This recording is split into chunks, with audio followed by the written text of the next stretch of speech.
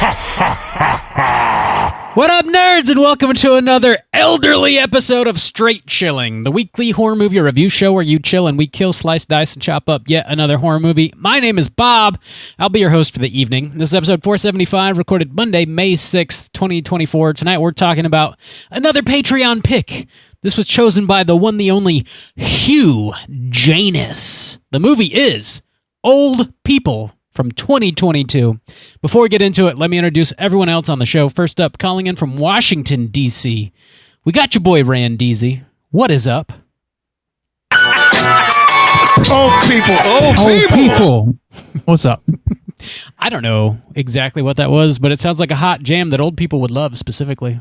Oh my God, it's a really hot jam. Yep, I'm excited to talk about Old People, the film, and that is literally the only thing that played through my head the entire experience because it was just lodged right in there. So, thank you, Harmontown, for that. Right on.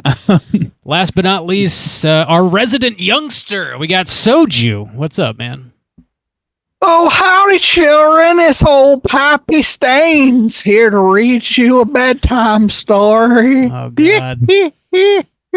Oh, my God. I don't see one wrinkled face or a single toothless grin. How many Werther's originals you got in your lip there, Juice? And my lips packed full sticking out. 6 Is or 8 that what just that? I always crammed down in there. It's never been tobacco. It's always been Werther's Originals. Dude, my great-grandmother used to dip, and that shit used to freak me out. My dad dipped, and Mike probably, I think he still does. It's gross. It's gross. Yeah. If you ever pick up a she cup was a hard old ass lady. Dude, you ever pick up a cup filled with spit? It's gross. Dude, that gross. shit's gross. I cannot remember who was telling me this story. It might have been one of my coworkers, but there was some lady that had a huge wad of tobacco on her lip. She was drinking sweet tea and was using her teacup as her spit cup and was just drinking it. No. That will make you sick. I refuse to acknowledge that happened. Think that's okay. That's some hardcore shit. Oh my God. That is. Oh my God. That's very upsetting. That's very upsetting. Ooh, don't dip, kids. Yeah. It's rough. Yeah. It is. Do hard drugs instead. Yeah. Yeah. Don't be a loser. Do heroin. Duh. You want that black tar. That's what you want. Duh. By hard drugs, I was talking about marijuana, Bob. Come on. The gateway drug. Yes. The gateway to hell. Marijuana. Yes. Let's carry on here, boys. We're talking about old people, but before we get into the review, The gateway to hell. marijuana. The devil's lettuce. Before we get into it, let's tackle a little bit of housekeeping real quick. So we're in a new month here. Our May poll just closed out. We're going to be talking about Memories of Murder very soon. That did win. And that means we got a brand new poll posted. So if you guys support us over on our Patreon website at the $5 level or above, you get the chance to vote on a movie we're talking about this June. Randy, this is your takeover month. What's the theme and what are the movies? Right. So this month I've decided that I was going to lean into one of my interests, which is the cryptids. It's a cryptid creature month. And nice. We've got 3 films in that vein. Only 2 of which I have seen. The first is the one I haven't seen, which is The Last Broadcast. Apparently about cryptids. I don't know much more than that. I'm taking it on faith. But that is like one of the earliest recognized found footage films. Predating Blair Witch by about a year, I think.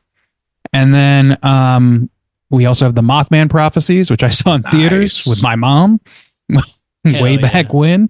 And then let's see, what's the last one? Oh God, I'm blanking. Oh, Willow Creek, the Bobcat Goldthwait film, or the Bobcat Goldthwait's directorial film. He's not in it as far as I can remember. Another found footage though.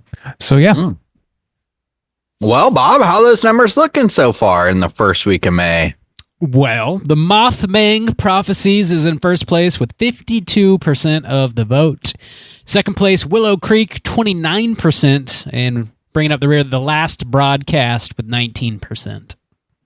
Close to an even split on that second place, though. There's some competition. Yeah, it is some competition. Less than I thought, but I think Mothman is definitely like the best known. That would have been my guess. Yeah, same. Sometimes we're way the fuck wrong, though. Yeah, that's true. I've stopped making guesses in advance. It's just done. No more. I haven't seen Mothman Prophecies in years. I remember liking it a good bit. Willow Creek is a good one that I think a lot of people might not have seen either, though. It's worth seeing. I haven't seen it, I need to check that out. And last broadcast is found footage history. These all sound like good summer movies, though, so they all seem quite appropriate. Mothman Prophecies, I'm pretty sure, is a Christmas movie. Oh, goddamn. Is it? I think so, yeah.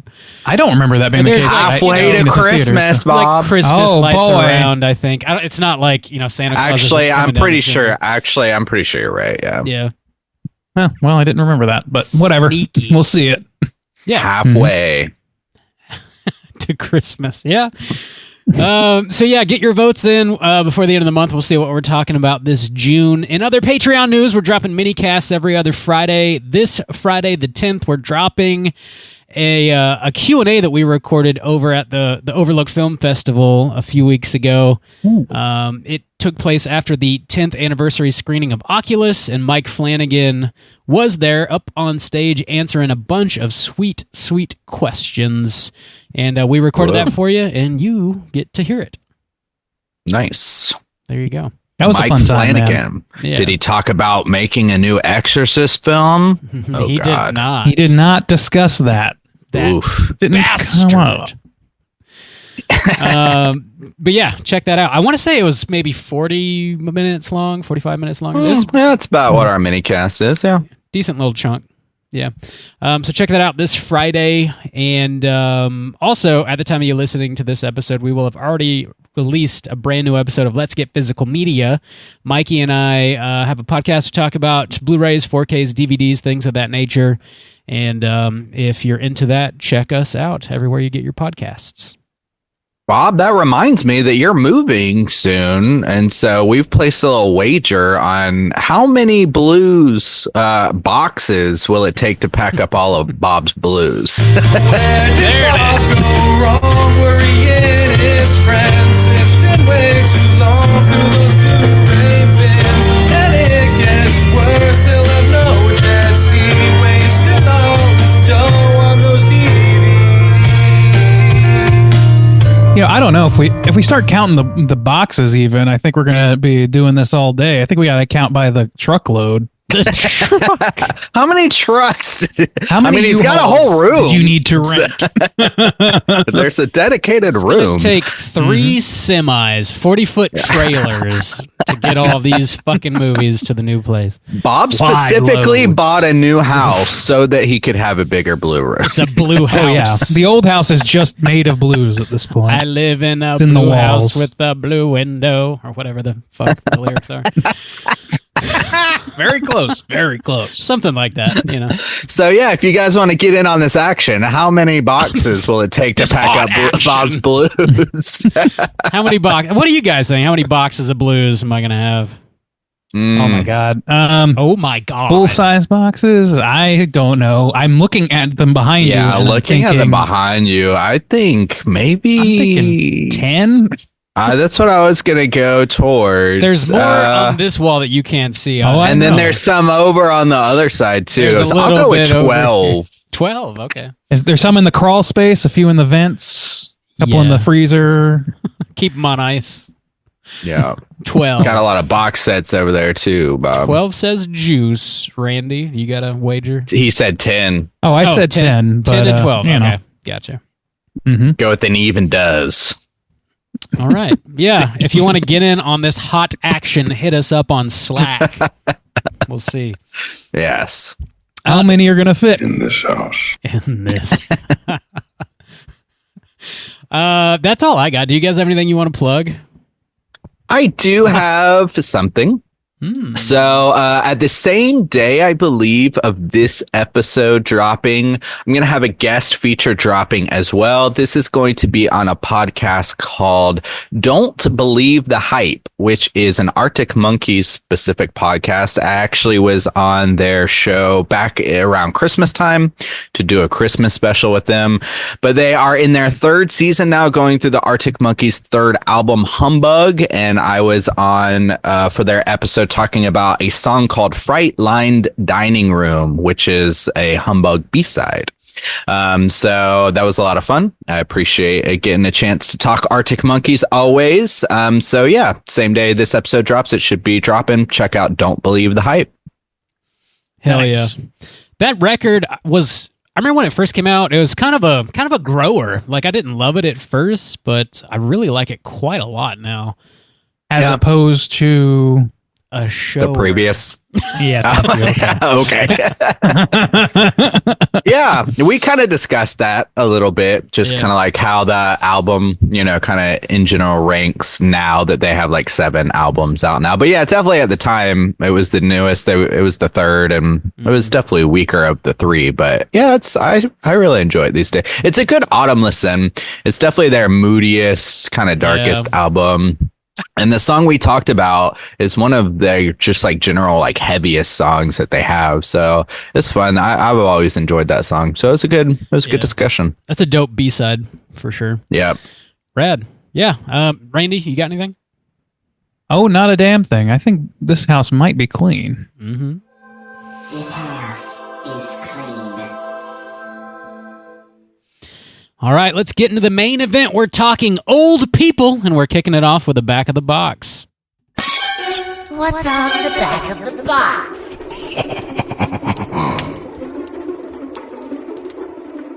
Bob, I don't suppose you have this box. I'd be surprised if it even exists. I don't have this, and I'm not totally sure it does exist. Okay. Yeah. This is this is Netflix, yeah, so probably not. Maybe She's there's a Netflixer. Maybe there's a German disc. Maybe not. I'm not sure.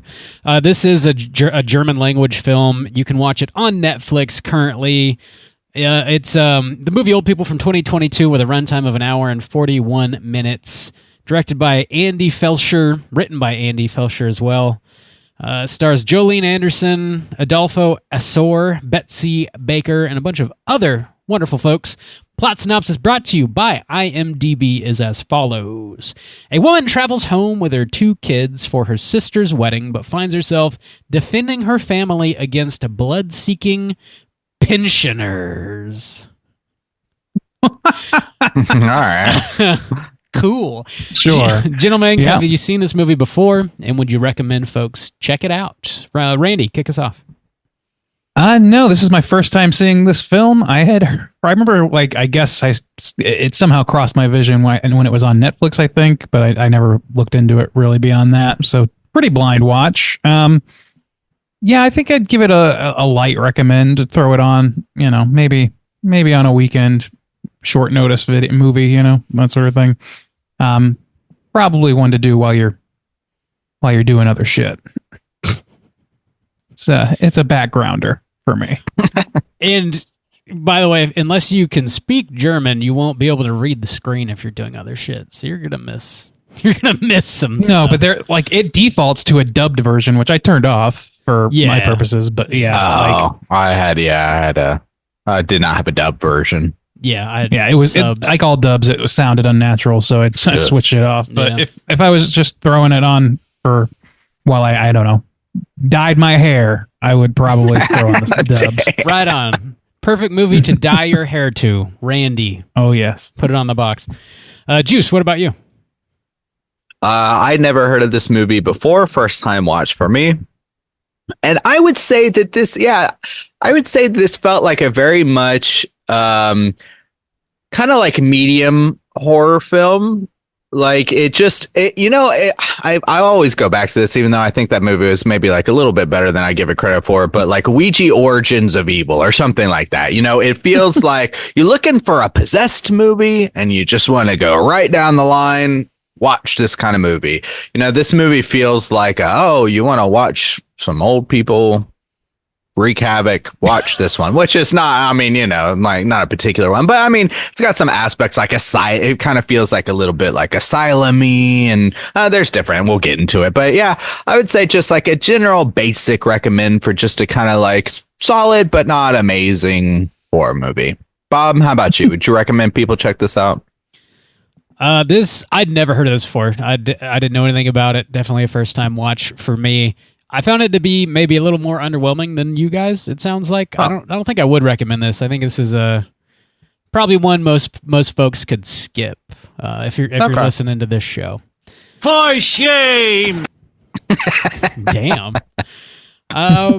Bob hates old people. You heard it here first. You're damn right. Not like us. I want to fuck old people. God damn. We're all over the spectrum. Coming at it from all different angles, baby. That's the only way to do it. Yeah. Everybody needs love. No kink shame. Yeah. That sounds like a weak recommendation across the board, I would say. Yeah. All right. Weak. All right. Let's call it weak. Medium to weak. Is it weak?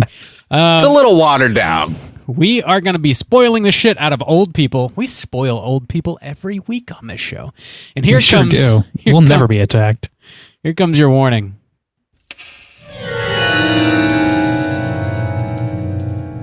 Spoiler warning.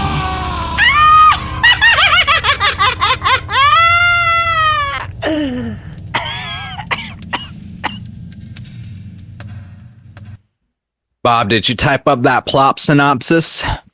I did. All right. Oh boy. Here we go. I think I got it, but we'll And find these out. stupid people did this dumb thing. Don't miss anything, Bob. Okay, here we go. The movie opens up with some words on the screen saying, in olden times it was thought avenging spirits would inhabit old people and send them into a blind rage. So I tied an onion to my belt, which was the style at the time. I need to bring that back. We then see a nurse pull up to a nursing home and begin her shift. An elderly patient by the name of Mr. Rank kills her with his oxygen tank. We then jump back in time, I believe one day. I don't think it specified, but it seemed like it was just one day. And we meet our main characters, Ella and her two kids. They're driving to Ella's family home for her sister's wedding. They get to the house. They go to pick up Grandpa from a nearby nursing home. It's the home we see at the beginning of the movie. It's very dirty and understaffed. Back at the house, the wedding celebrations go well, and the old people at the old folks' home can hear the party happen. One old person ends up biting through an energized wire, and the power goes out. The others stab the nurses to death with glass. An old man, Rank, finds a wedding invitation, and they end up going over to the house. The happily married couple walk from the main house to the cabin next door to consummate their marriage. Rank sneaks in and kills them both. Back in the main house, Ella sees a swarm of old folks walking towards them. She goes to the cabin and sees the carnage. She can't find her boy Noah anywhere. She panics. They lock up the house, but Rank gets in. Ella stabs him with a fork, and they tape him down to a table. Noah shows up. He was just hiding in the attic because he's smart. Ella's ex-husband, Lucas, brought his new squeeze, Kim, to the wedding. Kim decides this is all Ella's fault somehow. She knocks her out and drags her outside for the old folks to kill. Lucas saves Ella, and Kim jumps out the second-story window. The old folks cut her throat. More old people get inside. They start a fire. The kids find the secret tunnel that connects the main house to the cabin next to it. The old people chase after him. Ella gets killed in the tunnel, but the kids escape. They find their grandpa and Rank. Rank attacks the girl, but before he can cut her throat, she starts singing a song that her whole family knows. Her grandpa sort of snaps out of it and kills Rank, saving his granddaughter. Grandpa and the kids run over to the beach, and they get picked up by a boat. There's a closing narration provided by the young girl who says she asked her grandpa if the young folks could have done anything to ward off the anger the old folks felt. And Grandpa says he's too old and just can't remember that far back. Roll them credits to a really cool trap beat. Boom. All right, that's my all. Grandpa's favorite song. Old people love trap music. They can't get enough. Oh, yeah. So, this movie felt like it was pulling from a lot of kind of like different sources. So it felt like a little bit of a kind of Frankenstein, because you do have at the beginning, you kind of got this like dirty asylum. And so it kind of had some aspects of that, like, oh, there's some crazy people or people who've lost their mind, and that's unsettling, or somebody who's like fallen in the shower and she's naked and stuff, so it had a little bit aspects of that. Later on, we get aspects of kind of just almost like zombies, where there's just this horde and there's just a lot of them. There were aspects of it too that reminded me of that film. Is it The Crazies, or just people acting in strange ways? You have other movies like that, like was it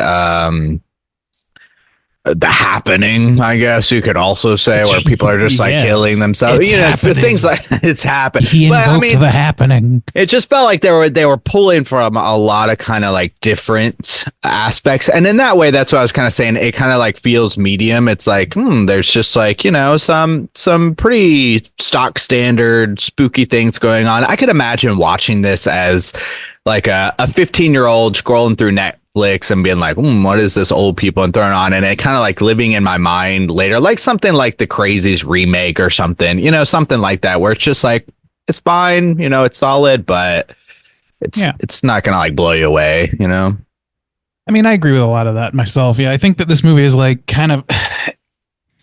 it kind of is a message movie a little bit, but it's also so blunt and upfront with its message that it like is not interesting by the time you get to like even the midway point. The message is like, don't neglect your elders, and there's like the asylum you're talking about is like, it's a nursing home, and they're understaffed, underfunded, people don't care anymore. And that's the whole reason that this happens, is because the elderly are neglected and therefore are then possessed, is I guess what's being implied. Except then at the end of the movie, they're like, it happened everywhere. So I'm like, well, that kind of undercuts that a little bit.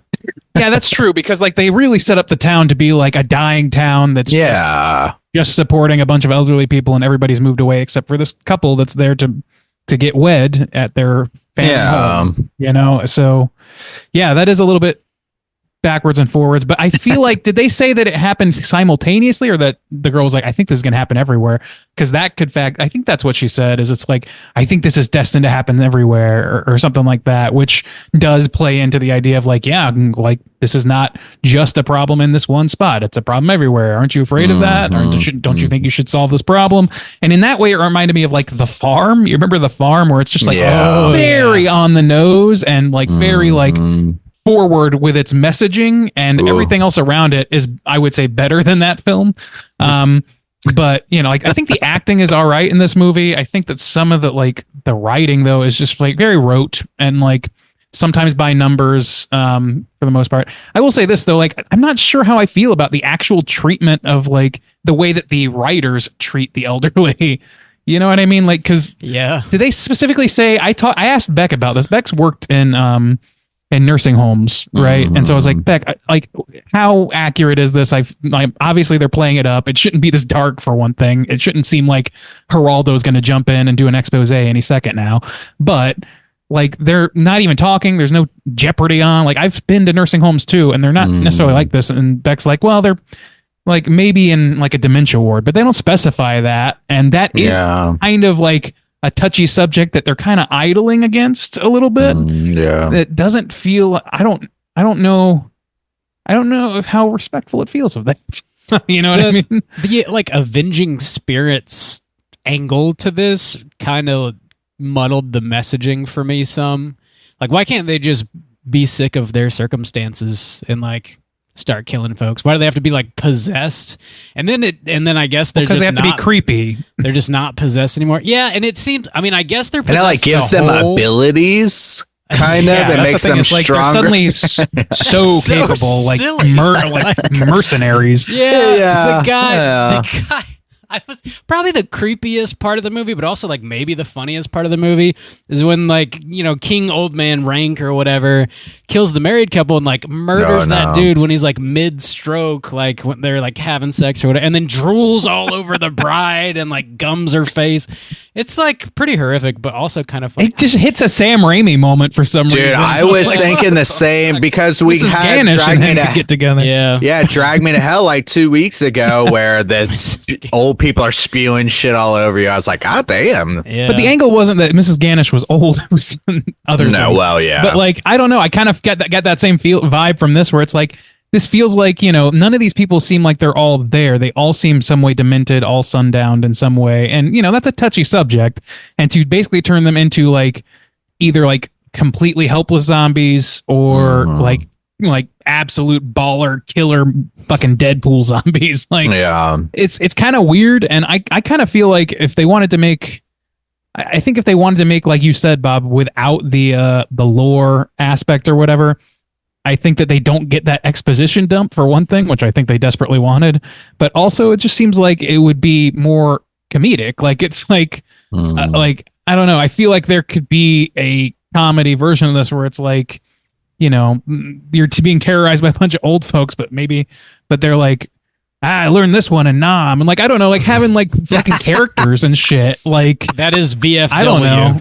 Dude, that would be pretty funny. I could see it being a pretty comedic take, but it's not that at all. It's instead a warning, a parable, and it's put up right up front, and that's all the way through. Take care like, of the elderly, very ominous. or they'll get possessed and murder you. Well, I think too, there's even this angle too that would make this film stronger if you weren't so blunt, because I think that there are a lot, we talk about horror being sometimes this conduit for the current social fears or something. I remember last year, I think at one of the festivals, there was this big Japanese film that was kind of like making a lot of stir, and it was about the elderly population in Japan and how it's becoming like overwhelmingly huge to where like the social construct isn't going to be able to support it, and like everyone knows that, but it's kind of like, what are you gonna do, so that film, I didn't see the film, to be fair, but I remember reading a lot about it, and it was the aspect of, should we make like euthanasia legal for these kinds of purposes? Like, should people get to a point to where they're like, I'm old, the social community can't support me, I don't want to just be like rotting away in some corner of some old house, and like, should I be able to have assisted suicide available to me? So that was kind of the idea. But I mean, I think even in Korea, the birth rate is garbage. Like, it is absolutely not replacing like the community and things like that. It's not at a replacement rate, and so it's going to be like this huge top heavy pyramid. And it's like, what I'm saying is, I think that there are things that this movie could have gone with that it didn't. Instead, it seemed short of anything like that. Yeah, it seemed like it was more wanting to, and also too, not only just like don't abuse the elderly, but the whole kind of like appreciate family aspect, of like, which I don't know, like, did it make a lot of sense why would you marry a newly married couple if you want to support families? You mean like murder a newly married couple? Yeah, what did I say? Well, that's the thing. It's Marry like a newly married. Murder. Okay, I'm sorry, murder. I'll marry as many couples as will have me. Yeah. So yeah, I don't know. Yeah, I feel like it could have gone deeper. It could have touched on those things. It definitely could have gone deeper. It just seems so surface level to me. It's very weird to me that your big point, the thing that's like slapped on the front of this movie and centered on throughout the entire thing, but it's the family thing, but primarily take care of your elders. And you do that by making the elders brainless monsters who want to murder your family. And and gross. It seems backwards. And then also like Kim, who is like their nurse and who is like actively advocating for them as part of an exposition dump when they walk into this underfunded facility. She's like, yeah, we can't keep up with it. And, I wish this would change, whatever. They could have said more about that. They could have talked more about that. But instead what they did was they turned Kim into like a repulsive figure by the end of the movie. Like, not just like that she's a little jealous that her husband's ex is in town or whatever, and he's like spending time with them, but also like that like morphs into just like thinking, or like she goes insane, or what, I don't know, whatever you want to say about it. She gets possessed she too, like or immediately something. sells out that little kid, and it's like this person went from the most caring person in the movie to the least for some Potential reason. Cooter. And it's not. Maybe. Yeah, I think so. Maybe, I mean, it's just like, but it starts off so like she starts off as like seeming like a pretty sweet person that's just sort of, you know, maybe a little hung up on something, but is fine. And I guess for the drama of it, they have to like. I just feel like they positioned her weird to then transition her into that, especially for a movie that's supposed to be taking her original point of view and making it law, so to speak. Well, I think that ties into the weird kind of morality aspect that they're playing with here, which I think, you know what? Yeah, you can go on the whole don't abuse your elders or whatever. But the family aspect is super weird because, like you said, it makes it seem like, see, your girlfriend who you left your wife for, she's the evil it's one. Weirdly conservative, isn't it? Like, but it makes the wife, you know, oh, you're having fun with your wife and kids, don't you miss like this aspect of family life? But yeah, it's a weird take. We never find out. Do we ever find out why they split? Like, I don't think it's ever brought up. Do we? Yeah. So they lived in this small town. That's where the kids are from. That's where they lived. The wife had an opportunity with her job or something. She's a lawyer, maybe, to work in Berlin. So she took the kids and she moved to Berlin. She didn't want to get stuck in this podunk town, essentially. And he wanted to stay in his roots. So that's why they split. She got a better job in the city. That's so weird to me. Die Hard. It's Die Hard. It's Die Hard, but it's also like, I don't know, like, but both of them are so like even keeled and not John McClane about it, and not even Holly Gennaro about it. They're just like, oh man, like they're clearly like miss each other, but this guy's got another wife or girlfriend at least, and like their kids hate them for this, and it's kind of hard not to see why. I don't know, like they're really positioning this family as like they should be together. And like the whole movie is positioned towards pulling them back together as a unit just in time for the kids to just survive, so that it becomes tragic as well. Yeah. But like, I don't know, it is very strange, the family stuff, and it doesn't even blend well, I don't think, with the elderly point of view. Like, it doesn't make sense to me. It also, or it does, but it's like just so I don't know, conservative feeling. It seems like Frankenstein again. It's like, oh, we have this like theme, and you kind of pull in this other theme. Yeah. I wonder if there was some information, maybe like some connective like conversation or you know, context or whatever that was just lost in translation with this. Maybe. That like, because it feels kind of scattershot and very inconsistent, and maybe it just is, but maybe like the translation just isn't really dope. Or maybe there's cultural differences too. Yeah, could be. There's a million things that could be in the mix, but that's true. We don't know what that is. So there is also like a weird, the one moment that like really just flat out tells you what the point of the movie is, which was unnecessary, felt hella out of place. When Rank is taped to the table and he's like, you know, they got a gun on him and he's like, you might as well shoot me. I'd rather die than live like an animal for another day, or whatever he says. And in that moment, it's like, it seems like they're not fully like in control of their bodies, but in that moment he seems just like like he knows what he's doing. Yeah. He's choosing, like he seems like he knows it. exactly what he's doing. Yeah. And especially, and communicates that to them. Mm-hmm. But nobody else communicates except for their grandpa, who's clearly conflicted and is only brought back by like the singing thing, which I grant them is like, that's a real thing. Like if somebody is demented and you can bring them back, tether them back to coherent thought with music they recognize, that is a true thing, and I thought that was kind of a cool way of working that in. But you know, like I don't know, like aside from those two characters, neither of them speak, and like that is treated as an act of kindness that breaks him out of a spell. But like, I don't know, even the killer guy is like, he's like doing this like consternated face when she's singing, like, oh no, I shouldn't be doing this. He's like, because it's a show of love, so the spell is breaking. But she's not my grandchild, so I don't care as much as this guy, and so Grandpa kills him. But like, I don't know, man. Like, it just seems very confused in terms of like the nuts and bolts of what it wants to be, even though it like explains itself over and over again.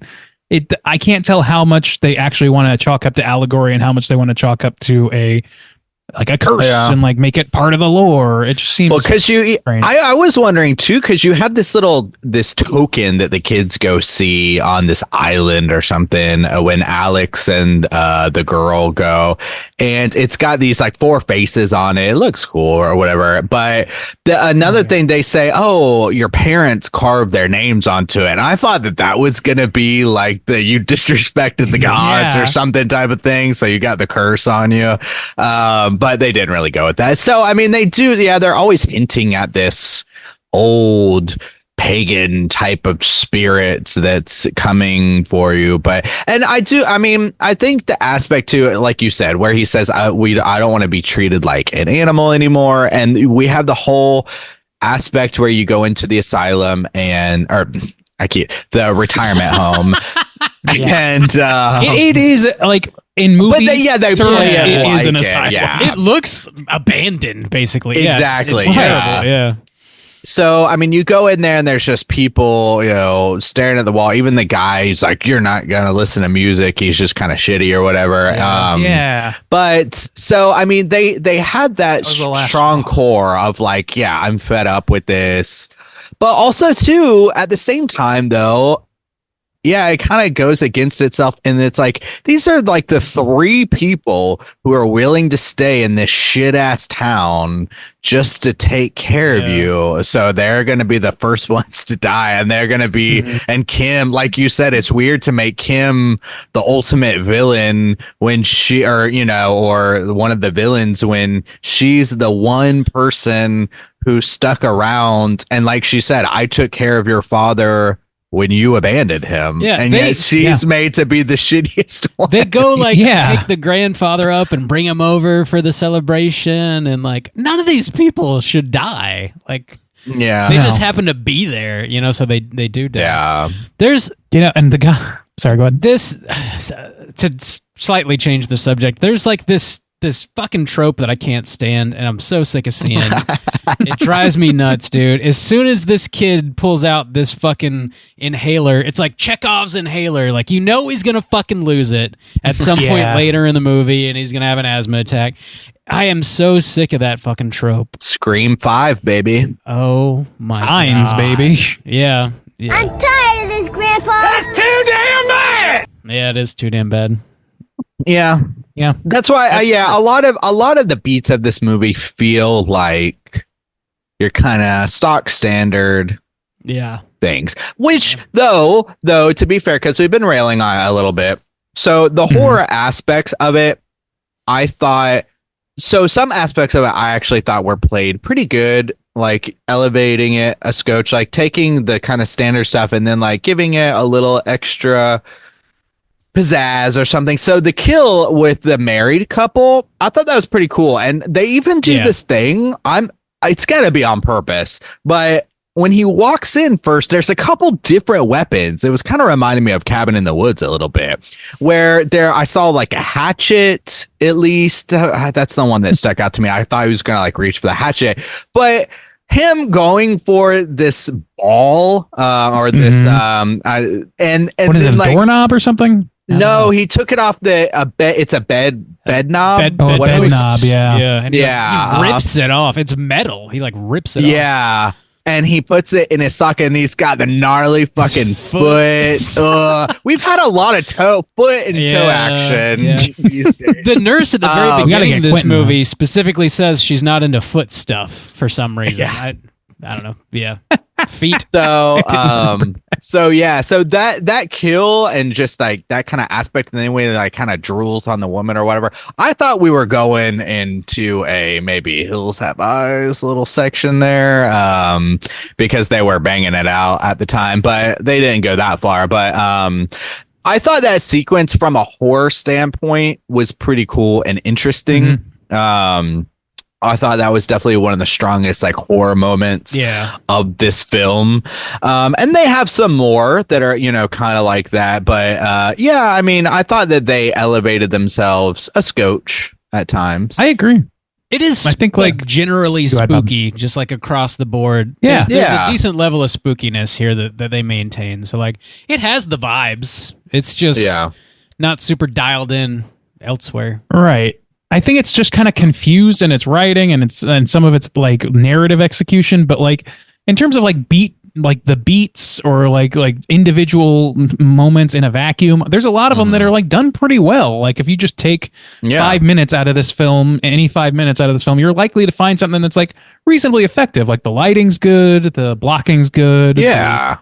Like the jumps are good. The just like dread is there to some extent, a little bit.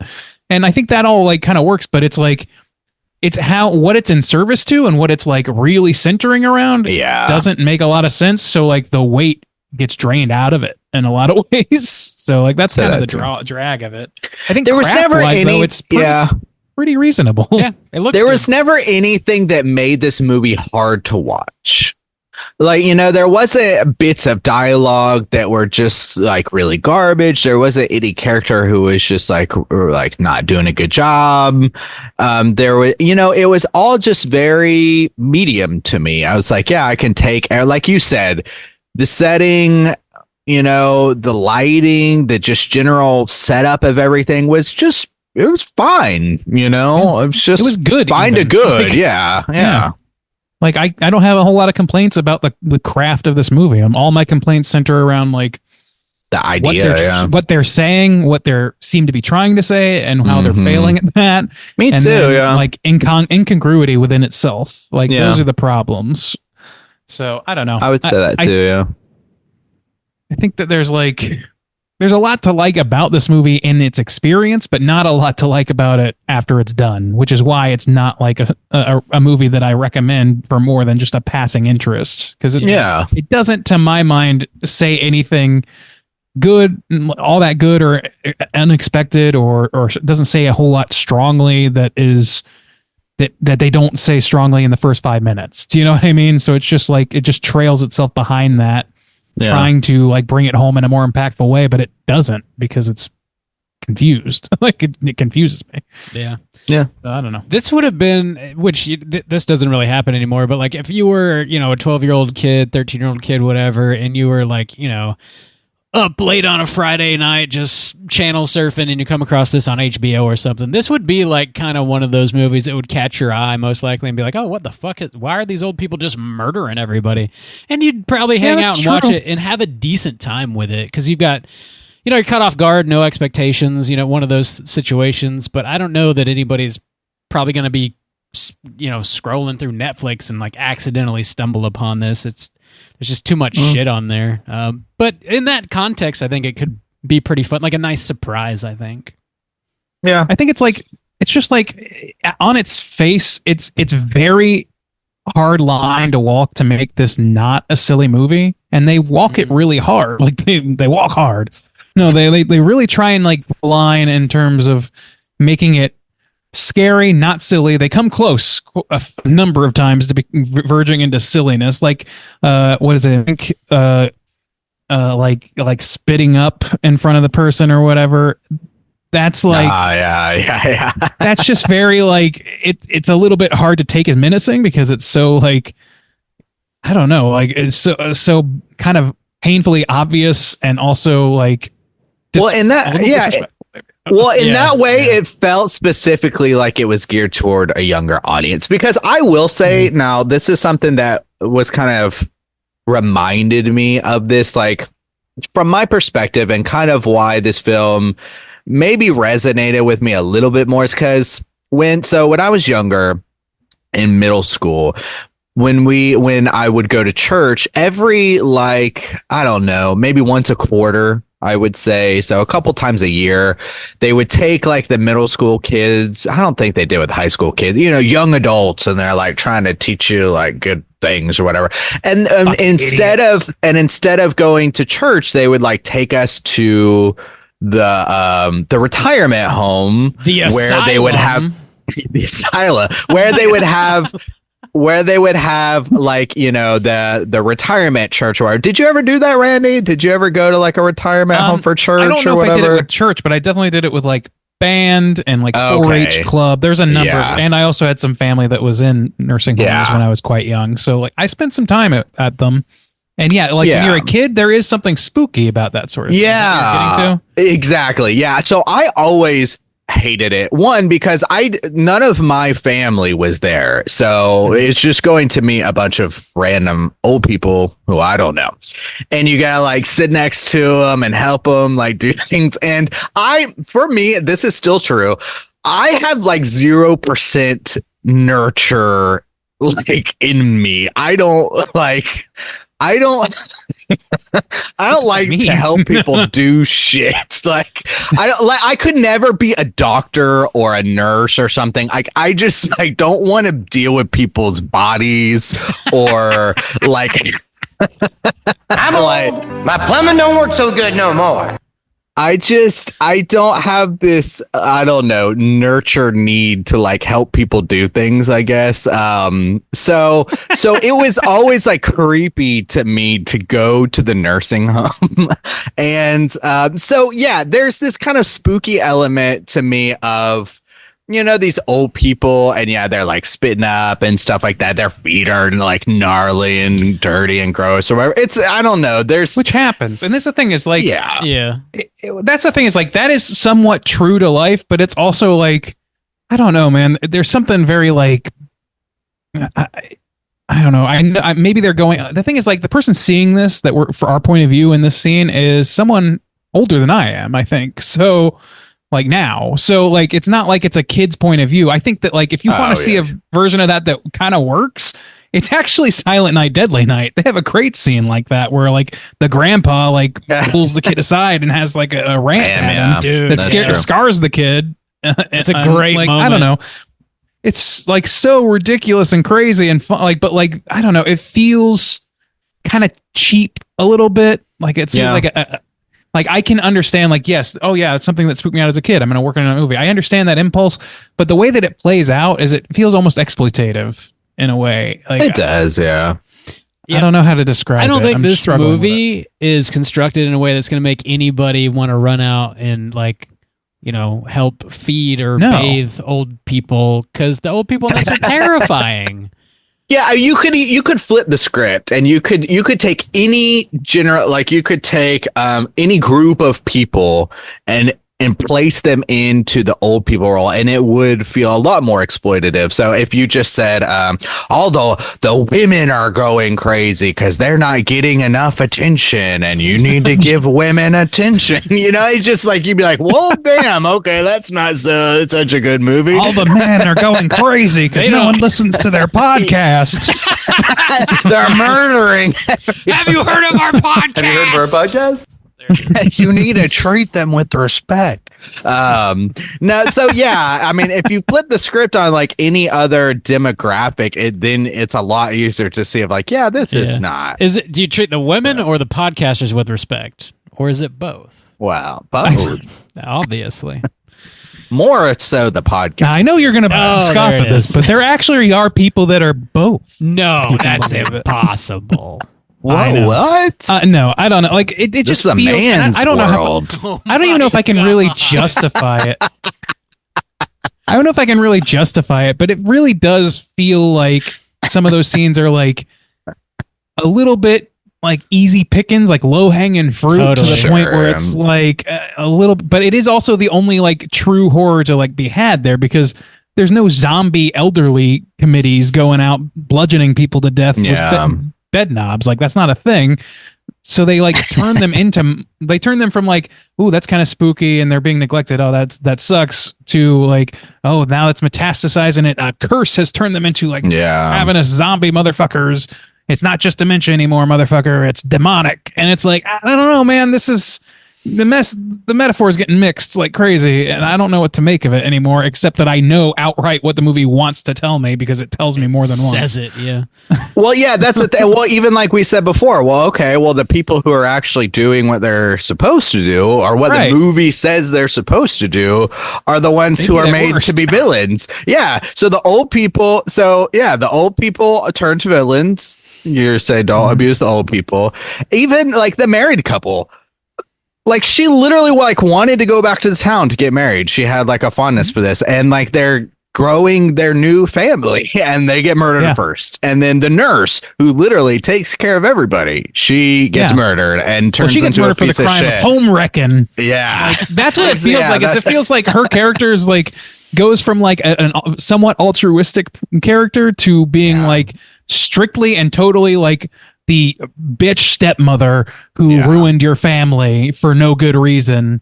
And it's how dare you dance with your kids? How dare you dance with your kids? And then after that, like the moment where you really see it is like that moment's like, okay, that's a little much. But when she's like sells out the teenage girl, it's like, what the fuck? Like this person dedicated her life to taking care of the elderly in a shitty situation with no other people her age around, but she's going to sell out this kid immediately. And that's the thing, they imply that she kind of gets the curse, which doesn't make a lot of sense because her and that old guy kind of like lock eyes, and it seems like she's kind of losing her mind or something. Well, I thought she was just like traumatized and like this is how she's reacting. I thought that there was a little bit of implication that because there was like these knowing looks that they gave each other. That would. I think it's just because they knew each other. That doesn't make any sense in context. Well, I know. I absolutely, absolutely agree. Yeah. And if it's not true, then she's just like kind of losing it, and like I think trying to like,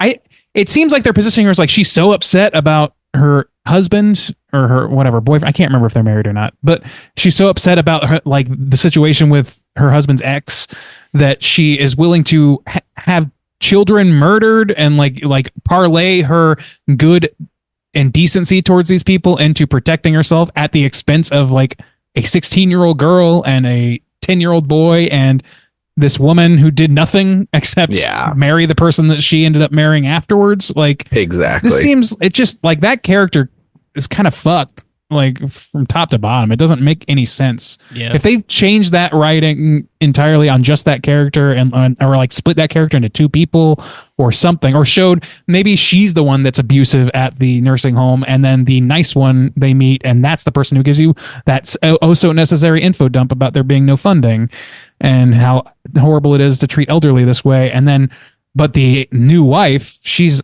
from the jump just like taking people's jello away or like whatever, doing whatever, like closing the window on their music, whatever it is. Give me your fucking jello. But she doesn't do that. She's like caring for these people when no one else will. And it just doesn't make sense. We have to ration the jello. One of the other nurses, right before they all like lose their minds and start stabbing people with glass and stuff, one of them's like, all right, it's time for bed. And it's like kind of early. And then they all just fucking lose their minds and start murdering. Well, they're trying to listen to the wedding music and he's being a real piece of shit. I don't know. I just thought that was funny. Accidentally funny. Now, another one that I thought was a pretty cool fucked up thing was the woman chewing on the electric wire. That was pretty fucked up. Oh, I forgot about that. Oh, yeah. I did kind of like that. Yeah. I was like, I mean, it's that's disturbing. Kind of it lives angle. with you. It's yeah. Right. Like that. So those kind of moments of an old lady chewing on a wire, like I'll probably kind of remember that. Like that'll kind of stick in the back of my mind. Or this guy killing people with this bed knob. Like that's pretty unique. Like there are aspects of this that will kind of live in my mind to remember this movie by, even though like mostly I'll just forget it. But yeah, I mean, I think it does some things well. So I don't want to just like totally knock on it because I didn't have a bad time necessarily watching this movie. That's the thing is like, I like when I said earlier is like, this is a movie that is good, reasonable and good to watch. But like when you're forced to sit down and interrogate it at all, like we're doing right now, it's hard not to fixate on some of these problems because they really do take away. It's subtractive to the whole thing. It really just, it really feels like it's geared toward a younger audience because even the messaging is so simplistic that it really is like what you could take away is like, don't abuse the elderly and grow your family or something like that, which, and it's like, and two of the main characters are kids. So if you really look at it as a movie that's really geared toward like a younger audience type of horror film, there's no nudity, there's no yabos going on. Well, old people, but but they don't count. The whole point of the movie just flew right right over Justin's head. But no, I mean, I kind of agree. yeah. Like if you look at it like a like on the same level as like The Nun or something, it's really really good. Like because it has something to say and it's accessible to a younger audience. I could see that point of view, but I don't think it's like strong enough for people that already know that what happens when you're aging. Or like if you're actually trying to like put out a movie that's about like people's fear of aging and how they deal with that fear by neglecting the elderly or not thinking about it or putting them in a home or pushing them aside. There's a whole lot of ways to do that doesn't require turning them themselves into the villain. Yeah. At least not like them as a whole, as a unit. All old people are now fucking zombie villains. If you want to have that movie, you can have like all podcasters the Expendables. I would watch that. You better take care of your podcasters. By my Libsyn account. Or else no, like, but kill like you. For real, like have like fucking the Expendables, but with the elderly, and like have Rank run this operation where he's like they don't listen. I've written to the senators over and over again. They don't respond. I go to town and blah, blah, blah, whatever. I go to town on them every night and they still listen. And with hijinks abound, they get out there and they start fucking murking people until finally the grandpa who's in the committee realizes, oh my God, my grandkids are in town and has to protect them without getting himself killed. Like there's ways to do this. I don't know. That's just off the cuff. Fucking murking. I don't know, man. People. It just, I don't know. For all the good qualities of it, it really does drag itself down in so many key ways when you just start to like look at it for even more than a second. And I really don't know that there's much more you can say about that other than that. It's like, it doesn't, it verges towards silly sometimes. For the most part, aesthetically, it's good. It's just not good narratively. It's confused in its metaphors. It's trying to say something and show something different at the same time. It's fucking weird. Randy, you're wrapping up already. Let's just do it. I thought I came back in. I thought we had landed the plane. Yeah, let's land the plane, Randy. Continue. How do you feel? Yeah, I just finished that thought. I mean, that is pretty much the thought. I just think that this movie like it confuses its metaphors so much that it can't sell home the idea that it repeatedly states. I feel like it feels like it has to repeatedly state it because it undercuts it in so many narrative ways. Like we've already covered them. Like I don't know, like or not all of them, but we've covered quite a few of them. I can't think of a whole lot of examples of things that are set up that are done ultimately well throughout by the end of the movie. Like even like the teenage girl with the boyfriend or whatever. Like it just seems like a Deus Ex Machina a little bit. Yeah. And like I don't know. I don't know. The song worked. I will say the song setup that worked. I will give it credit for that. And I think that individual beats of this movie worked pretty well. But as a whole, it's a muddled mess, I think. And narratively, it just looks good and plays out pretty fun, ultimately. So I think that's going to put it right down the line for me at a 2.5. Right on. 2.5 from Ran Deasy. Juice, how do you feel? Yeah, I feel very similar. I agree. Like the song worked for me too. Even like having the grandpa be this kind of double agent, or kind of be the one that kind of snaps out of it, and the tied to the kids. I think that's the strongest thing, especially the little one. He's like so cute, and at the wedding he's playing cards with his grandpa. And I think maybe if they had to even spent a little bit more time on that instead of the family drama of the ex-wife and the new girlfriend and stuff like that, if we had spent a little bit more time with this kid, maybe playing with some other people in the asylum now, in the retirement home, or just, I like seeing him play with his grandpa, and then, him coming out. I kind of like the surprise of, oh, grandpa told me to hide in the attic, or, I think they could have maybe lived with that a little bit more. We could have seen maybe other aspects of that in different instances, but that was another positive I just kind of wanted to touch on. But yeah, I mean, I think we covered it mostly. Just it feels a little too blunt, but also too in its like basic messaging, it still gets kind of muddled, which is weird. And I'm not really about like necessarily what they're trying to say. I don't care about old people. I'm talking about the family aspect. Stalks you at every turn. The family aspect, but yeah, having that woman become the villain, even though she's like helped all these old people and stuff. And I don't know, that just felt weird. And then like the married couple being killed first, that was really weird. I don't know. Yeah, I was just confused a little bit, I think, but it's just a kind of like a basic type of horror movie. I think it's fine. I think it's solid. Got some good stuff going on in there. And I think I'll echo Randy with a 2.5. Oh, real quick before we jump to Bob, like the thing about like the lore or whatever is like they break the spell or whatever, or the curse or whatever you want to call it, by showing an act of kindness or family. And it says, they say in the narration, an act of family is always favored by the gods, but an act of, of evil or whatever isn't, which is why that works against this guy who's demon possessed and killing people with insane ferocity or whatever. So like, I don't know, this whole thing hinges around them doing something nice for the elderly. I don't know. That whole aspect is so fucking confusing to me because they're trying to kill you. What are you supposed to fucking do? Like that was a desperation move that just happened to work because Grandpa was there. I don't know. Yeah. I don't know. Strange stuff. Bob. Bob out of 5. Hey guys. Yeah, I think we're mostly on the same page with this one.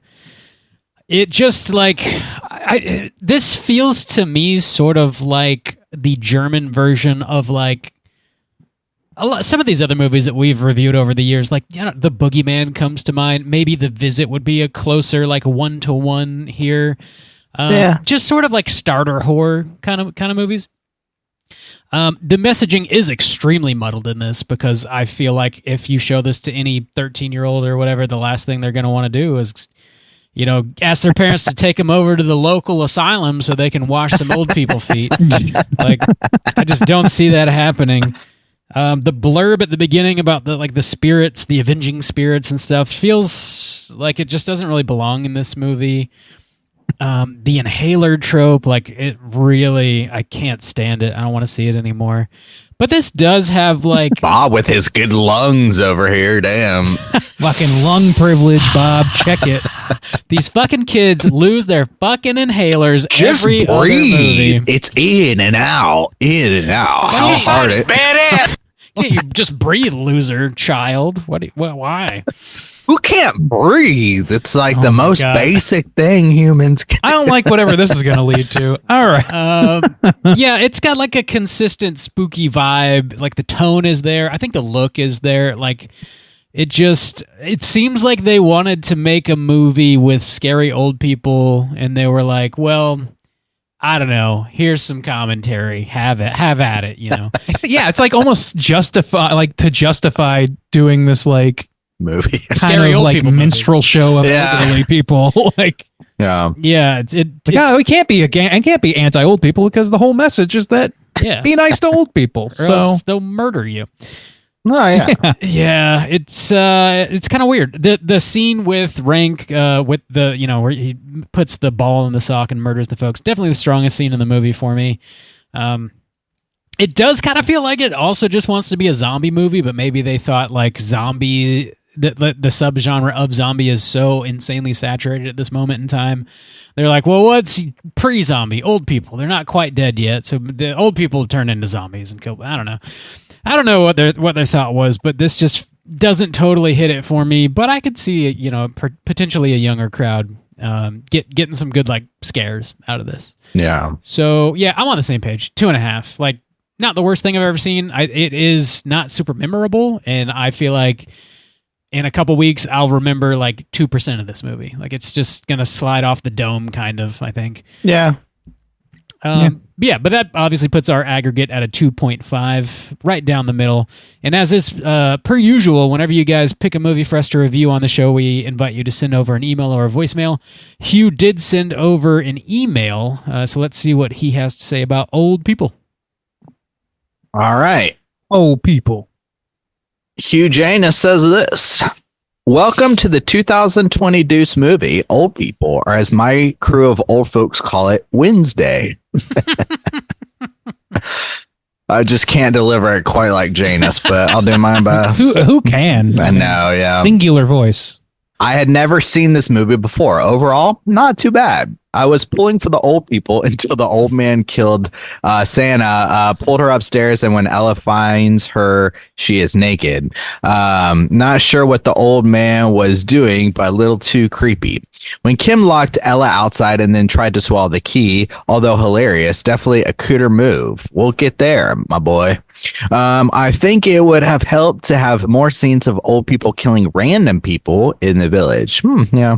Overall, I would give Old People 2.75 stars out of 5. I think the only thing I have accomplished with this pick is to guarantee that Hyderberg will never again give away one of his picks. I cannot thank Hyderberg enough for giving me the pick. It means more to me than I can say that the Straight Chilling community has enjoyed my voicemail messages. To you three guys, thanks for all the kind words. Straight Chilling is the best podcast I listen to. Thanks again, and always remember, you are never too old to have a great childhood. Janus, my boy. Janus. All right. Hugh. Yeah, so even he had his qualms with this movie, but I mean, we all know that Hugh chose this movie as a self-deprecating gag, and I appreciate that a lot.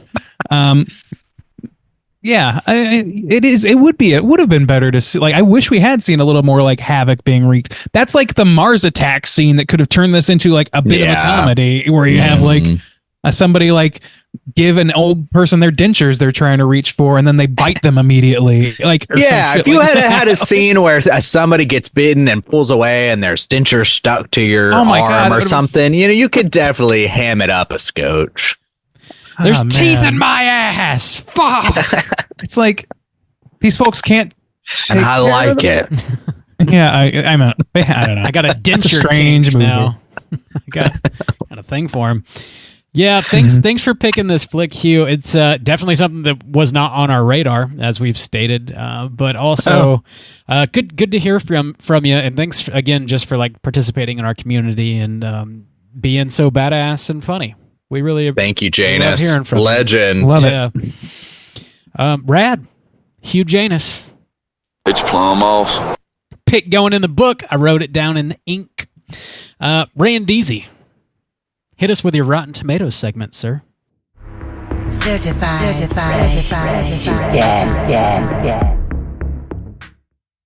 All right, ladies and gentlemen, this is the Rotten Tomatoes segment where I'm going to have these gents guess within the best of their abilities what the aggregate positive score is for Old People on RottenTomatoes.com. Now, this is an uncommon occurrence, but we have no audience score, and we have only 5 reviews in the critic score. So we've got a paltry little set here. Wow. Yeah, so you guys are going to be probably sticking to those round numbers, I got to think. But go with your gut, go with your heart. Tell me, starting with Juice today, what percentage of those 5 reviews would you wager are positive reviews? All right, so we're going with 20s here. With that in mind, then I'll say this is 5 reviews. I'll probably go with the 40% then. 40%. All right, Bob, how about you? I'll take the 60. Yeah, because limited choices here. Yeah.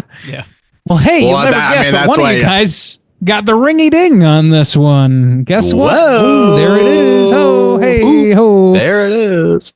So the correct answer, the correct percentage of positive reviews out of these 5 is 40%. Justin's going to take the only contest in the mix today. Ring ding, Bob. That's a hell yeet. All yeet, no skeet. Who likes that? Honey, you've got a big storm coming. Damn. That's right. All right.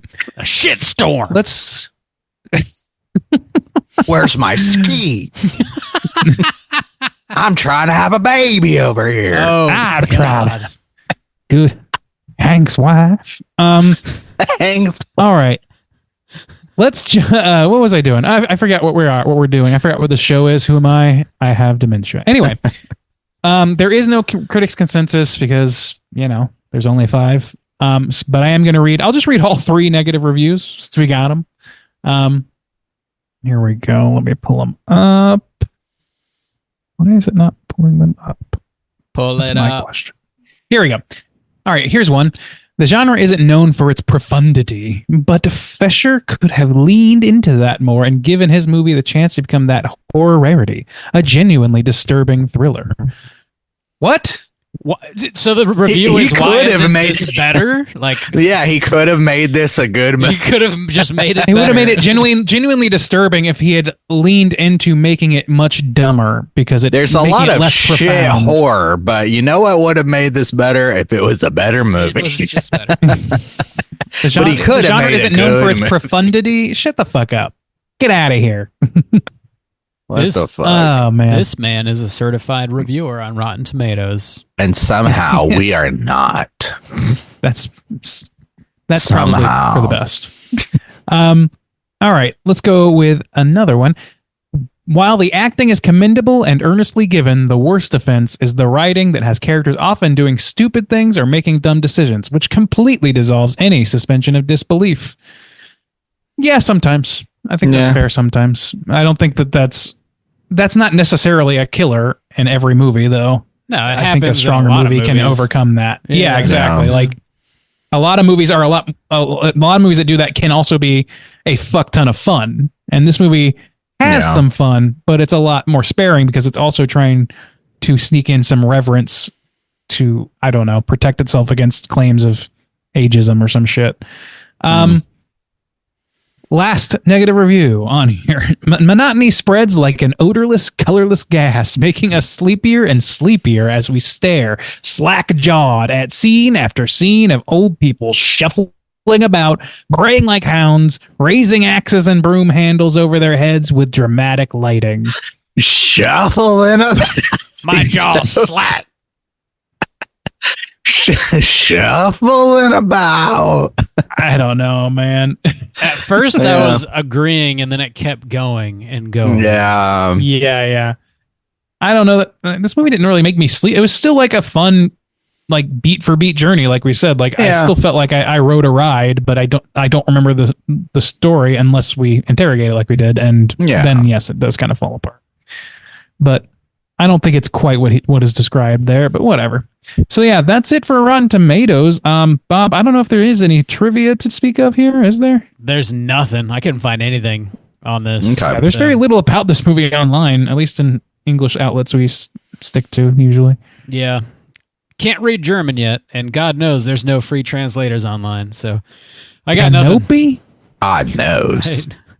Right. So let's go ahead and jump into our Cooter of the week.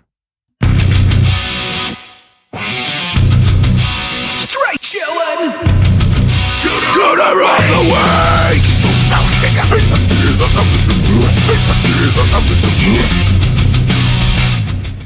Juice, what is a Cooter and why do we hunt them? Well, Cooter's character type on a straight chillin' exclusive, Bob. Cooter has to hit 3 of these 5 points to be considered a Cooter, but we want the Cooter with the most points. 5 points of Cooterdom are sexual deviance, manipulation, smug arrogance, overall looking attire, and overall patheticness, boys. I didn't try to do the German accent this week. Let's get that on that Oh, one. man. Oh, yeah. I was looking forward to hearing you slip into Scottish or some shit. Ooh la la, the Cooter. But yeah, we have a Cooter this week. Maybe Kim. That's her name, right? Yeah, I think that's the easy place to start. Yeah. Pathetic, for sure. Pathetic, yeah. Pathetic's pretty high Probably on this the biggest, one. Like, that's a fragile ego. If it starts with you being like a fairly altruistic person and ending with you trying to sacrifice a child and their mother because you don't like them very much. To be fair, she's worried about losing her beefcake. So, I mean, that'll make you do some crazy things. She should be worried, Yeah, get rid of those children, and there's nothing standing in your way. Fuck them kids. God damn. God damn.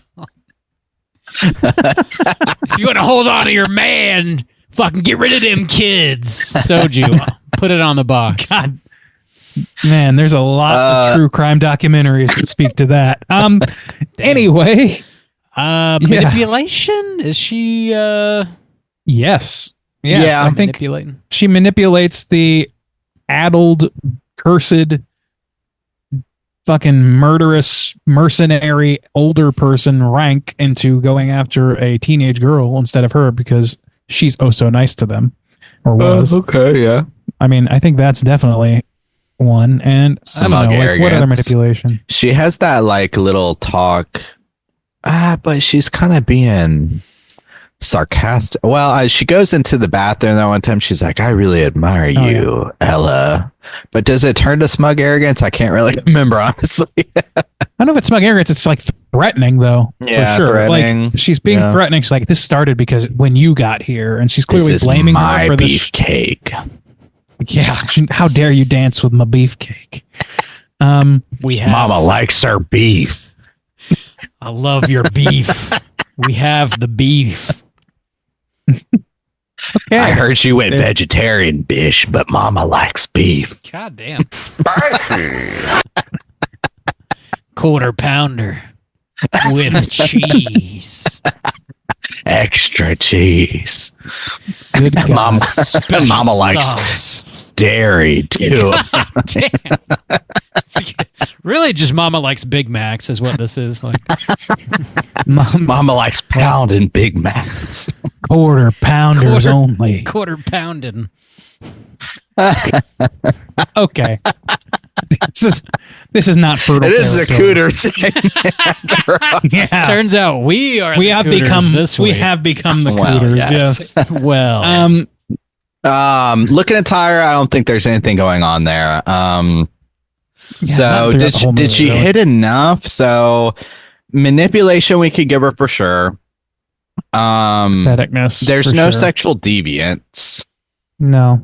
Patheticness. So really it comes down to an aspect of does she get smug arrogance or not?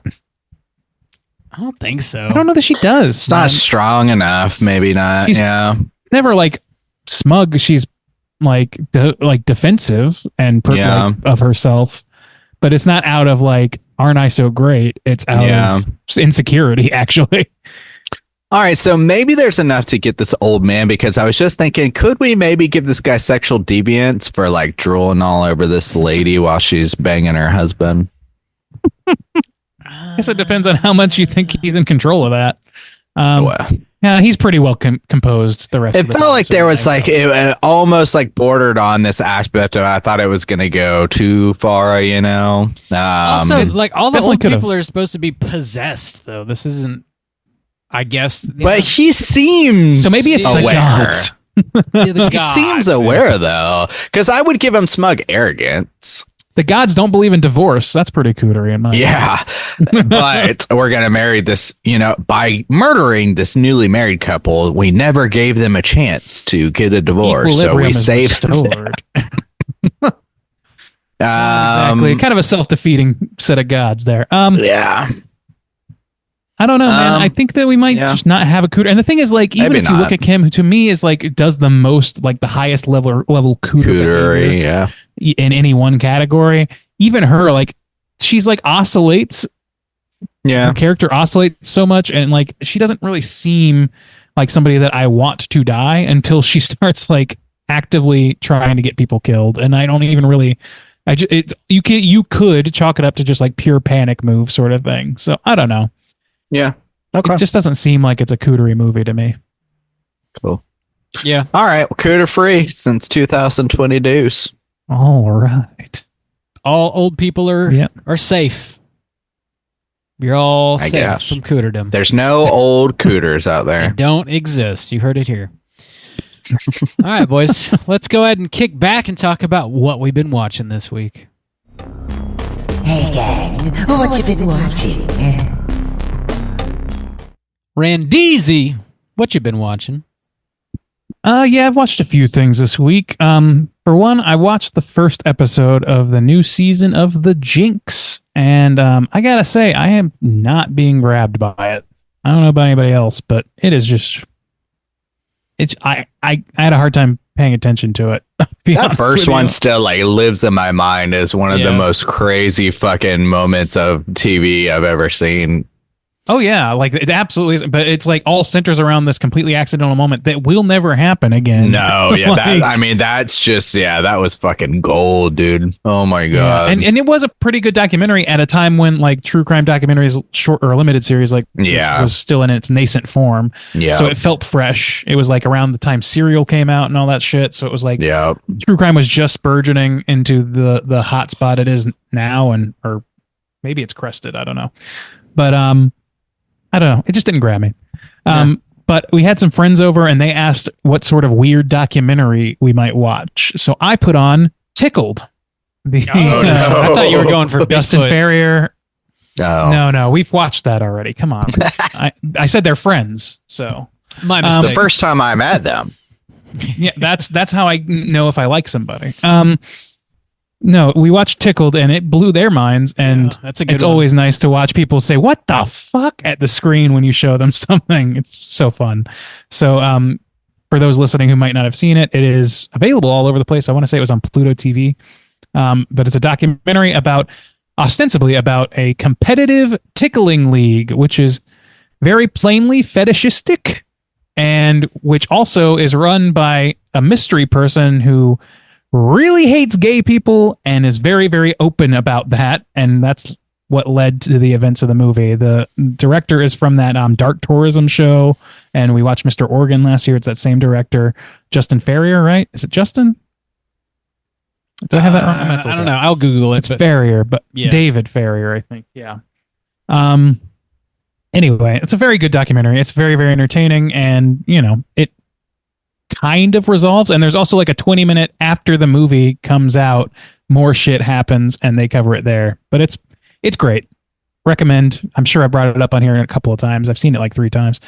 Anyway, after that, I also got a new game which is scratching my Pokemon Snap itch, which is called Endless Ocean, where you're just scuba diving your asshole off, going around discovering fish and shit, and it's just a zen game for me. I don't know if I like it as much as that. It's not as polished as that game, and it's not as like cute and fun. You know what I mean? Yeah. So, but it still kind of does that thing where it's just the fun of like moving around and exploring and finding new fish and having them follow you and doing all this silly stuff. It's on the Switch, so it's not like hyper realistic. So like the awe factor isn't really high. Yeah. But it's calming. So I like it for that.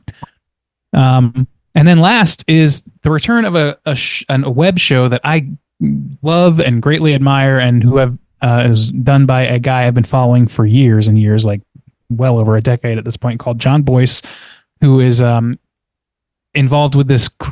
He's a sports journalist who's involved with this group, or helped found this group, Secret Base, and they do a lot of like sports statistic stories and things like that, which is not really up my alley, but the way that he specifically formats his stories and tells his stories are so fucking interesting. And his original show was not tied just to sports. It was kind of whatever was interesting him at the time. It's called Pretty Good Stories That Are Pretty Good is the name of the series. All right. And I watch these things over and over again, and he hasn't made one for a long, long time, but they just the Secret Base and him just kicked off this Patreon account where they're going to start putting these things out. And their first 3-part documentary series of Pretty Good back from retirement came out, and it's very fucking good. It's about the Reform Party, founded by Ross Perot, and the last third party to have any sort of mainstream success at all in America. In the political system, and just how that happened, just like walking through the stages of how this happened, starting with the first piece, which is on YouTube now. And then because I'm on the Patreon, I've seen the full hour and a half of this, and it's very fucking interesting. It's great work. It's very unique. It's very calming too. It's like he's kind of like the Joe Pera of sports journalism, where it's very like calming and rational and kind of fun and like I don't know. I love this guy. He does great stuff. He's gotten kind of big in his own right since I started following him, and I hope that it's only great things for them from now on, because I hope his their star continues to rise, because this Pretty Good show is great, and it makes me interested in things that I would never dream of spending that long thinking about. So that speaks for itself, I think. And that's really it for me. I'm going to call it on that. How about you, Juice?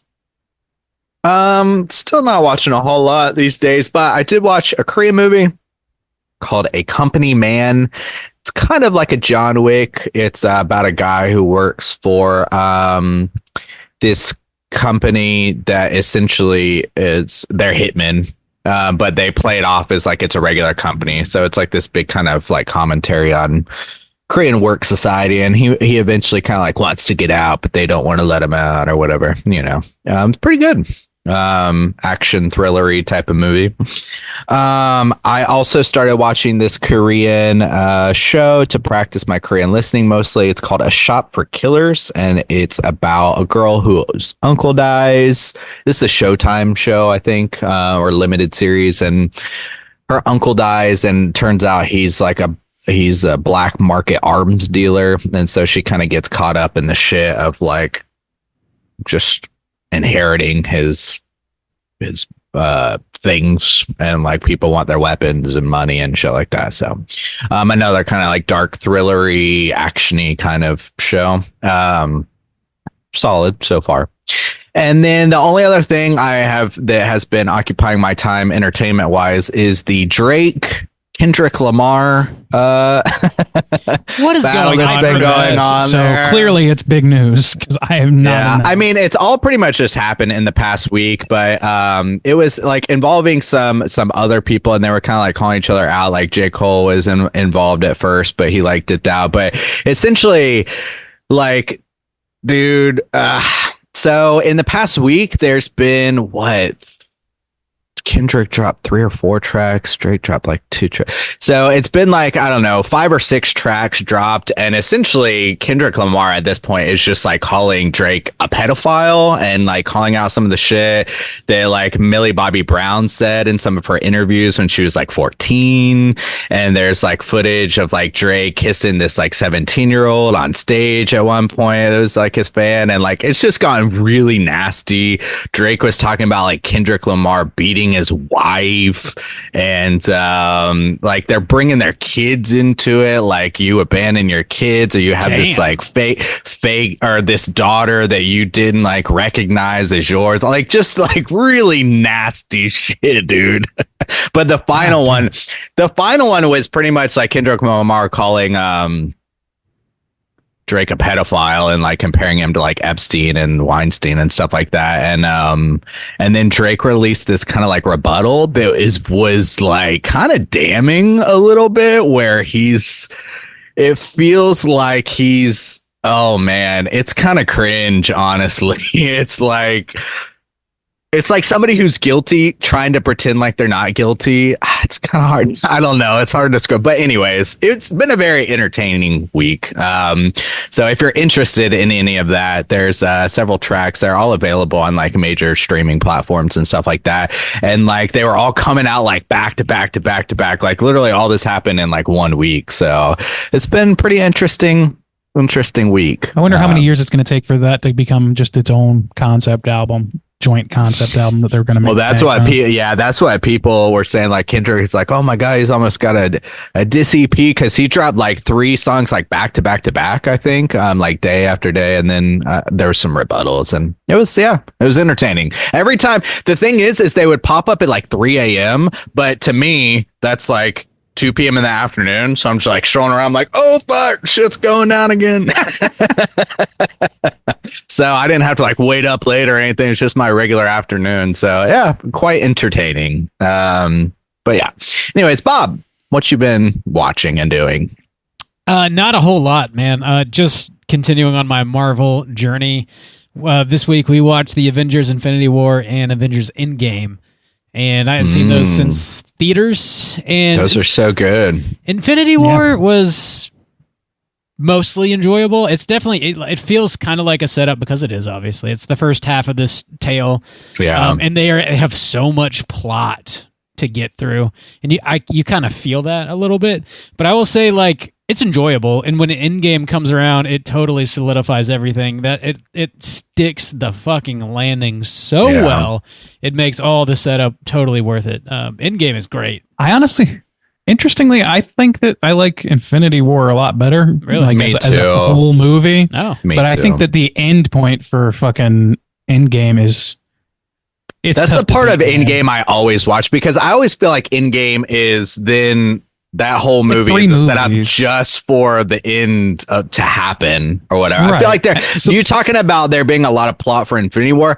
Infinity War is one where I feel like I could throw on, and every scene is so exciting that I could pop in at any scene. But Endgame, it's like I really only want to watch the last 20 minutes. Yeah. Like they have the heist movie in the middle of it. They have fucking like the aftermath, which is cool, but like that first aftermath or whatever, but that's really more runoff from the movie before than it is about the somewhat movie. repetitive. But still, as a combo, they're great. Yeah, as a combo together, it's an incredible couple of movies. Yeah. I don't like Fat Thor. I'm gonna say that too. Like I all that agree. seems very and even not good Smart to me. Hulk is a little kind of rubs me a little wrong too, honestly. It's a little bit goofy, but at least that's not like a stupid joke at Thor's expense. That is something that happens in the comics. Like that's something that was bound to happen at some point. Bob, you're getting pretty far in there. Yeah, we've been Let's see watching. if you continue, because I stopped. I don't think that we're continuing. Yeah, I think just by nature of all the shit that we're about to do for the next couple weeks, we probably will stop. I don't know. Maybe we'll pick it up, but I think Gotta next pack up them blues. I know, and if they're in a box, that means I can't watch them. Only so many hours. Only so many hours in the day. So, Bob. It's gonna take a couple weeks. And then you gotta unpack them. That's a month right there. Boxing and unboxing the blues. Solid month. I believe that. That's really all I've been watching this week, though. Not a lot.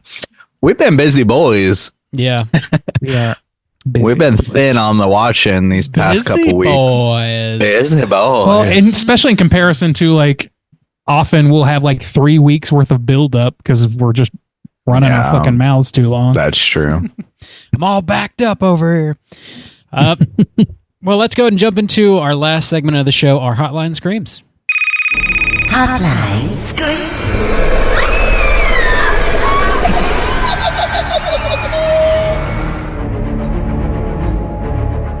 If you are listening and would like to call and leave a voicemail to be featured on next week's show, hit us up at 904-638-3231. We got one voicemail this week. I don't believe he actually says who he is, but I'm pretty sure it's your boy Steve. Sounds like Steve. Steve. Let's see what he's got to say. What up, fellas? Well, hello. It's a nice day in New Jersey. I'm sitting in the backyard grilling up some burgers. They're being burst into flame because I haven't cleaned my grill in a while and there's grease everywhere, so they're on fire. So I should clean my grill, I guess. But what do I see? To my wondering eyes, that's the phrase, do appear an out of nowhere bonus episode of Straight Chillin'. Fantastic. So I haven't seen Jane Doe in a long time, but I did like the movie. Thought it was really good. And just a funny, quick story. I was watching it with my buddy, and it was right at the time of the movie where it's like right before shit really starts to hit the fan. You know, where a reasonable person might think, this doesn't seem normal. We should run away. And we're sitting on the couch, and I look at him, and I say, you know, because you're doing that thing where horror characters are stupid, they never make the right decisions. And I say, you know, at what point do you just say, let's get the fuck out of here? And literally the second after he said that, Brian Cox turns to his kid and says, let's get the fuck out of here. And that was just really funny. Okay, well, hope you guys are doing well. And so long. Back off! I know. Hearing Brian Cox say the word fuck is one of the most like soothing things. Damn. That's how I describe it, but sure. Puts me right to right. sleep. I love it. Oh wow. Well, he definitely would have been at home in the Roy family. Yeah, he's so fucking fun, man. He's so fucking fun, and like that is really, really great. I love his character, and that is eventually like breaks that seal earlier than I think a lot of movies would have had him break it. You know what I mean? Like he lasts too long of being like, oh, we gotta stay, we gotta finish up. Like he does that a little bit, but then he's like, okay, let's get the fuck out of here. Like, this is fucked. This whole situation. Oh, hey, Steve, we gotta get out of here. Whoa, is Brian Cox here? Hey, I'm autops in here. Oh, wait. I put a toe tag on her. You know what I'm saying? Trying to cut open this broad. Hey, hey, Steve, I hope you did not burn your house down. Keep that grill. Man, clean that grill. Yeah, keep it away from the house if it's exploding into flames. It's grilling season. Hill is weeping somewhere. Yeah, it's grilling season, baby. Be safe. Whoa. Stay safe. Good times. Yep. Send me a burger in the mail too, by the way, because your boy is hungry. Just a Bob. I'm good. Mama loves her beef. Quarter pounding since day one. Damn. Call in and leave a voicemail if you want to be featured on next week's show. Again at 904-638-3231. Gentlemen's prompts for next week. And because I know you're going to ask. Next week, we're talking about the winner of the May poll, which is Memories of Murder from 2003. Memorized. Oh, murder. What are your favorite memories of murder? Tell us. Confess on our show live. Actually, you know what? I think a good question might have popped into my head. Is there any true type of murder that you're aware of in the history of like the United States that you think should be made into a film? Like, is there one that like you find really kind of interesting or that hasn't really been tackled or that really a lot of people know about that you feel like could make a pretty good film? Well, shit, I want to see a movie about this fucking Boeing whistleblower that's suddenly dead. Dude, personally. that shit is very, very fucked up. Very fucked up. Yes, that is not. Dude, that's some bold shit. They're just killing people without consequence. Yep. Just straight up. Yep. Exactly. Ooh, that is fucked. So maybe don't make a movie about that because you might die. God damn, fuck. No matter how many times you say, I have no suicidal intentions, you will still get suicided. Those dudes, it was a fast-acting infection. Nothing that could happen. Yeah. Which one of y'all dead motherfuckers just said that shit? That shit's fucked up, that's man. a great bump. Yeah, that's a little too fucking convenient, isn't it? You know? Oh, dude, It's yeah. Anyway, but like, I sent us down a rabbit hole here. Yes, like there's a lot of fucking murders in this country, and if you would have one in mind that you would like to see adapted, if you want to see some very white dude get rich off it, tell us about it. Damn. Some lumpy CEO somewhere just needs to cash another check. Cash in on See that guy? Isn't he lumpy? He's a lumpy guy. Maybe the fucking Boeing CEO who didn't kill anybody, by the way, is going to be the one that bankrolls the movie on how this dude died. And it's going to be called If I Had Maybe He's going to go do the OJ route, but with a movie instead of a book. Maybe instead of hiring you fucked up. You have fucked up now. Maybe instead of hiring a hitman, they could hire a few more inspectors, just kind of cover their bases. Right? Do a I good mean, job. it's gotta be cheaper to hire a few engineers to check on shit instead of like, why don't you just do your job? I don't know. If you can just hire a fast-acting infection, that can't cost you much. Those fuckers they're sending people to space, like, I think, tonight. I would not go to space. Yeah. We'll see how that goes, I guess. We'll see how that goes. Out of Cape Canaveral. Rock-flagged eagle. That's right. Mm-hmm. Yep. Yeah, so call in with murders. Call in with All right. murders. Cool. Please call in with your murders. Call in with your murder. Are you a murderer? Have you ever gotten away with it? Call in. We want to hear. Let us know all about it. 904-638-3231. Next week, like I said, we're talking Memories of Murder from 2003 for the Korean Creature Comforts poll. Check it out. It's a good one. It's on Criterion. It's definitely on Blu-ray. It's probably streaming it like on VOD somewhere. I don't know if it's on Netflix off the top of the dome. I think it was at one point. Yeah. So check out Memories of Murder. We'll be back next week. Until then, hit us up on all the social medias. Just search Straight Chilling Podcast. We'll be there. If you want to join us in our daily Slack channel conversations, hit us up on social media, and I'll send you a link so you can do so. Shouts outs to your boy Hugh motherfucking Janus. And until next week, as always, everybody please keep chilling. My grandmother was a lesbian.